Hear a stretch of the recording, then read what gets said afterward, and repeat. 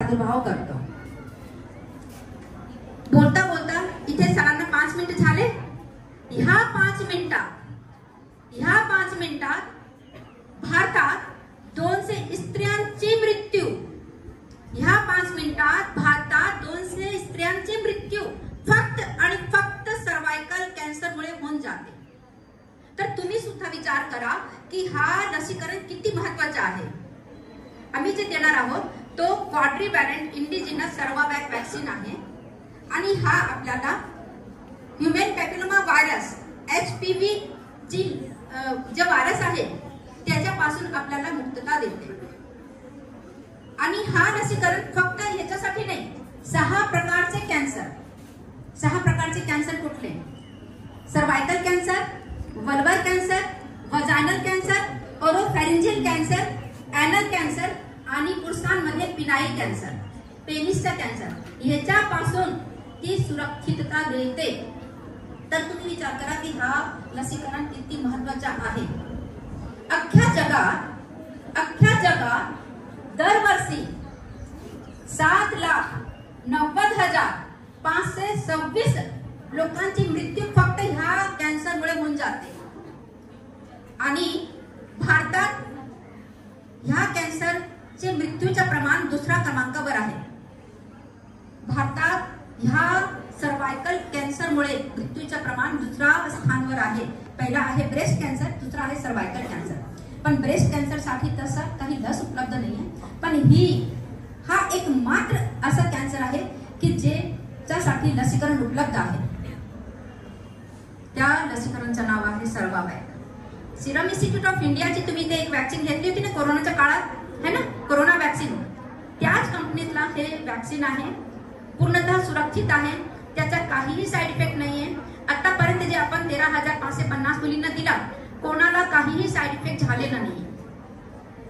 आणि या cervical cancer ह्याचा सिंगल डोस WHO च्या नॉर्म्स प्रमाणे दिला जातात आणि 9 ते 26 वर्षाची मुलींना दिल्या जातात आणि मग त्याच्यानंतर 26 ते 30 वर्ष जरी वॅक्सिनेशन घेतलेलं आहे तर आपल्याला एक तिची साधारण टेस्ट असते ती करून घ्यायला पाहिजे। WHO ने एक ना गृहीत धरलं की आपल्याला जर सर्वायकल कॅन्सर लसीकरण द्वारा मात करू शकतो आपण, तर एक त्यांनी नॉर्म्स वापरला 90 70 90 90 70 90। हा काय आहे तर 90% मुलींना जे की 9 ते 14 वर्षाचे आहे त्यांना पूर्णतः लसीकरण करायचं। 70 म्हणजे की 35 इयर्स आणि 45 इयर्स मध्ये असं फक्त 2दा त्यांची एक स्पेशल स्क्रीनिंग असते, पॅप स्मिअर टेस्ट आपण म्हणतो, त्या टेस्ट करून घ्यायच्या 70% लोकांच्या स्त्रियांच्या। आणि 90% ज्यांना सर्वायकल कॅन्सर झालेला आहे त्यांना व्यवस्थित काळजी घ्यायची, ट्रीटमेंट घ्यायचं, त्यांच्या स्वास्थ्याचं सगळं केअर करून त्यांना सुखरूप जीवन द्यायचं। असं जर 90 70 90 हा रूल आपण जर फॉलो केला तर नक्कीच असा विचार आहे की 2040 पर्यंत आपण भारताला सर्वायकल कॅन्सर पासून मुक्त करू शकतो। याच्यासाठी ministry of health and family welfare, WHO, UNICEF, Rotary, cancer patients aid association अशी मोठी ऑर्गनायझेशन खूप काम करते। आपण खूप भाग्यवान आहोत की आज आपल्या शाळेत मी तुमच्यासाठी फक्त अवेअरनेस कॅम्प तर हे आहेच, पण 4 तारखेला तुमच्यामध्ये आम्ही हा लसीकरण घेऊन येत आहोत। त्याच्या 2 कंपनी असते, आपण सर्वावॅक पण देणार आहे, काहींना गाडसी पण देणार आहे। तर हा लसी खूप महत्वाचा आहे, हा तुम्ही समजून घ्या आणि आपल्या घरात जाऊन आपल्या आईंना सांगा की आमच्या शाळेत हा जी वॅक्सिन आहे आम्हाला फ्रीमध्ये मिळणार आहे, कारण ही वॅक्सिन खूप महागडी आहे। ते साधारण जे बिलो पॉवर्टी लाईन आहे, ऑरेंज येलो राशन कार्डचे जे धारक आहेत ते घेऊ शकत नाही किंवा टाळमटोळ करतात किंवा चला जाऊ द्या आपल्याला तर झालेलं नाहीये, बघू आपण नंतर। पण ह्या करता कधी हा इन्फेक्शन होऊन जाईल सांगता येत नाही। याचे काही असं सुरुवातीला काही लक्षण दिसत नाही आणि हा जर इन्फेक्शन HPVचं इन्फेक्शन एकदा जर आपल्या शरीरात झालं तर सुप्त अवस्थेत तो 20 वर्षपर्यंत राहू शकतो आणि जेव्हा 35 किंवा 45चं वय आलं ना तेव्हा त्याचा प्रादुर्भाव कॅन्सरच्या रूपात होतो आणि मग तेव्हा त्याचा इलाज खूप अशक्य आहे किंवा लाईफ एकदम खराब होऊन जाते किंवा इतका खर्च लागतो ट्रीटमेंटसाठी लाखोमध्ये खर्च होऊन जातो. पण आपली ही आजची एक लस आपल्याला आयुष्यभर त्या सर्वायकल कॅन्सर पासून सुरक्षितता देते. ह्या लस हा फक्त एवढी एक लस आहे जी युनिसेक्स आहे, म्हणजे तुम्हाला मुलांना पण देता येतात मुलांना पण हे सगळे प्लस फिनाईल कॅन्सरची सुरक्षितता देतो. पण भारतात आता ती स्टडी नाही आहे की मुलांना आपण देऊ शकतो म्हणून, पण विदेशात ते मुलांना पण देतात. इथे आपण आज फक्त मुलींना आपण हा वॅक्सिन देणार आहोत. 35 वर्षानंतर जर मासिक पाळीमध्ये काही त्रास होतोय, शारीरिक संबंधच्या टायमाला काही त्रास होतोय, ब्लिडिंग होते, घाण वास येते, वीकनेस जाणवते, पाय दुखतात किंवा काही कामाला मन लागत नाहीये, या भागाला पेन होतोय, तर असे काही जर लक्षण असले तर ताबडतोब डॉक्टरला दाखवायच्या. ते एक साधी पेप स्मेअर टेस्ट असते, ते टेस्ट करून आपल्याला समजू शकतो की हा कॅन्सर होऊ शकतो. त्याच्यासाठी एक स्क्रीनिंग टेस्ट पण असतो. रोटरीनी ते स्क्रीनिंग टेस्ट पण केलेले आहे आणि तुम्हाला सांगते मी की स्क्रीनिंग टेस्टच्या दरम्यान जेव्हा जे लग्न झालेले स्त्रियांचे जेव्हा आपण स्क्रीनिंग टेस्ट करतो ऑन द स्पॉट आपल्याला समजू शकतो की ह्या स्त्रीला पुढच्या 20 वर्षात कधीतरी कॅन्सर होऊ शकतो, कारण त्याचे ते HPVचे जे व्हायरस आहे त्याचा पॉझिटिव्ह दिसतो, ते लक्षण दिसतो. मग त्यांना ताबडतोब मार्गदर्शन करून लसीकरण, काळजी घेणे हे सगळं आम्ही सांगतो आणि त्याप्रमाणे स्क्रीनिंग, अवेअरनेस आणि लसीकरण हा त्याच्या 3 मूल सूत्र आहे.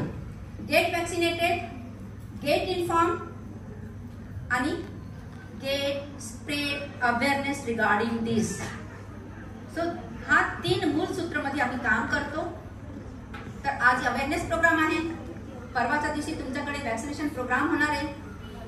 तर ही सगळी ती गोष्ट इतकी महत्वाची आहे. आज आपल्याला असं सर्वायकल कॅन्सर काय आहे, मला काय होणार आहे, मी तो एकदम चांगली आहे, पण कधी हा तुमच्या शरीरात प्रवेश करून जाईल समजणार नाही. तर हा लसीकरण कसं काम करते, HPVची जी लस आहे ते जेव्हा आम्ही तुम्हाला देतो 0.5 ml इतकासा डोस असतो, पण तो एक प्रकारचा कॅप्सिड प्रोटीन तुमच्या शरीरात निर्माण करते आणि हा जे प्रोटीन आहे तो HPV व्हायरस सारखाच दिसतो. मग आपला शरीर बोलतो अरे हा व्हायरस कुठून आला, मग तो त्याच्या अगेन्स्ट अँटीबॉडी म्हणजे सैनिक रक्षक तयार करतो आणि हा अँटीबॉडी इतका स्ट्रॉंग असतो की नॉर्मल जे इन्फेक्शन HPVचं असतो त्याच्या सुद्धा पण इतका अँटीबॉडी निर्माण होते जितका जास्त ह्या लसीकरणमुळे होऊन जातो. दुसरा एक विचार की भाई अजून तर मला लग्नाला खूप वेळ आहे, मी 9 वर्षापासून कशाला वॅक्सिन घ्यायचं.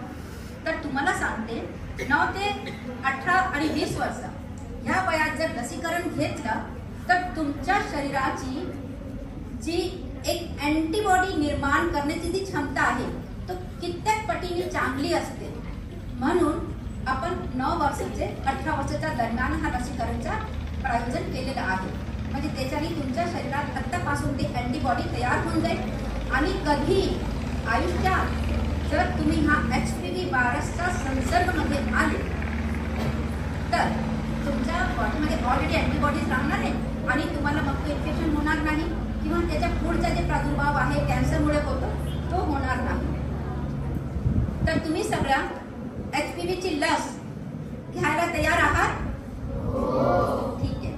आता जेव्हा 4 तारखेला लसीकरण होणार आहे तर तुमचा आधार कार्ड तुमच्या बरोबर राहू द्या. तुमच्या आधार कार्डचा नंबर आहे तिथे आणि तुमचा जे BPL कार्ड आहे त्याची एक झेरॉक्स कॉपी आपल्याला कन्सेंट फॉर्म मध्ये हे करायची आहे. आणि जेव्हा तुम्ही वॅक्सिनेशन बूथ मध्ये आतमध्ये प्रवेश करणार आहे तर तुमचा जे हँड आहे त्याची स्लीप थोडी वरती पाहिजे. तो पर्यंत काय असतो आमचा 1-1 सेकंड तेव्हा खूप महत्वाचा असतो, कारण एकच दिवस आपल्याला एकच दिवसात 700 मुलींना द्यायचे आहे. मग लांब स्लीपचा असला ना मग ते इथून खाली करा, ते असं करा, त्याच्यात 2-2 सेकंडचा जे टाइम वाचतो ना त्याच्यापेक्षा मला असं वाटतं की आता तुम्हाला सांगून ठेवते किंवा फुल स्लीप असला तर थोडासा असं एक साईड हे घाला आणि मग तुम्ही जर रूममध्ये गेले तर फटाफट 3 तासात 700 वॅक्सिन करू